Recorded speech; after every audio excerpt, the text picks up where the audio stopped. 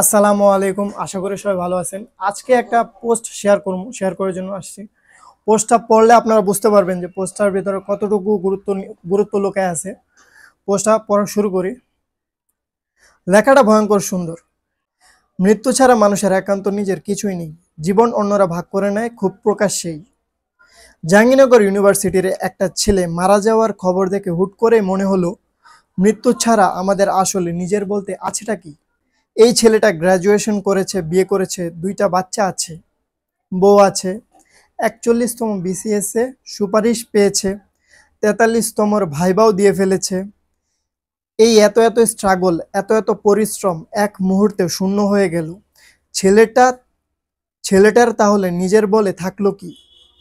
ভালো ক্যারিয়ার, অসম্ভব পরিশ্রম করে তিলে তিলে গড়ে তোলা ক্যারিয়ার। এই ক্যারিয়ারটাও কি আসলে আমার নিজের? না তো।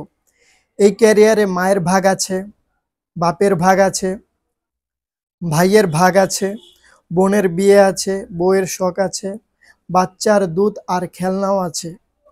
এবং এই একটা ক্যারিয়ার বানানোর জন্য মানুষের সব কিছুই ছাড়তে হয়, লিটারালি সব কিছুই। টাকার ব্যাপারটা তো আছেই, সময়ের ব্যাপারটাও খুব ভাইটাল। চাকরির পেছনে ছুটতে ছুটতে বহু ছেলে মেয়ে ট্যুর দেওয়া ছেড়ে দেয়, বই পড়া ছেড়ে দেয়, প্রেম করা ছেড়ে দেয়, রেস্টুরেন্টে খাওয়া ছেড়ে দেয়, এমনকি অনেকে তো ইবাদত পর্যন্ত করতে পারে না। একবার এক ভাইরে রাতের বেলা অনেক নামাজ পড়ার কারণ জিজ্ঞেস করে জানছিলাম, সারাদিন ল্যাবে কাজের ঠেলায় নামাজটা পর্যন্ত পড়তে পারে নাই। খাওয়া তো দূরের কথা, মলিন হাসি মুখে নিয়ে তিনি বলেছিলেন, আমি ধনী হইতে চাই না ভাই, শুধু এতটুকু অবসর চাই, যতটুকু অবসর পাইলে আমি একটু শান্তি মতো নামাজটা পড়তে পারি। কেউ সারা রাত ফোন নিয়ে রাতে দাঁড়াইয়া থাকে, বাপ অসুস্থ, বাপের কাছে যাইতে পারে না, শুধুমাত্র একটা ক্যারিয়ারের জন্য, একটা ব্রাইট ফিউচারের জন্য। সমস্যা হলো ফিউচার প্ল্যানে আমরা সব কিছুই ইনক্লুড করি, শুধু মৃত্যুটা ছাড়া।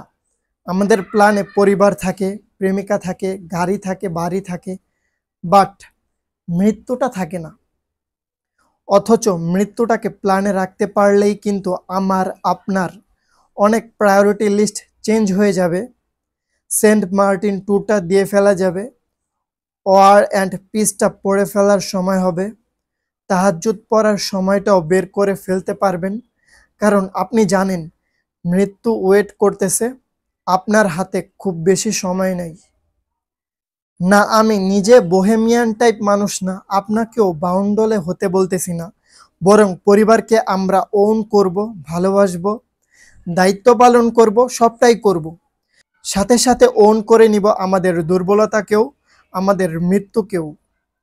তখন দেখবেন কিছু কাজ যেটা আপনি একান্তই আপনার বলে অবহেলা ফেলে রেখেছেন, তখন দেখবেন কিছু কাজ যেটা আপনি একান্তই আপনার বলে অবহেলায় ফেলে রেখেছেন, কাজটা আপনার করা হয়ে যাবে। মৃত্যু আপনার পরিবারের পাশাপাশি আপনাকেও আপনার কাছে গুরুত্বপূর্ণ করে তুলবে।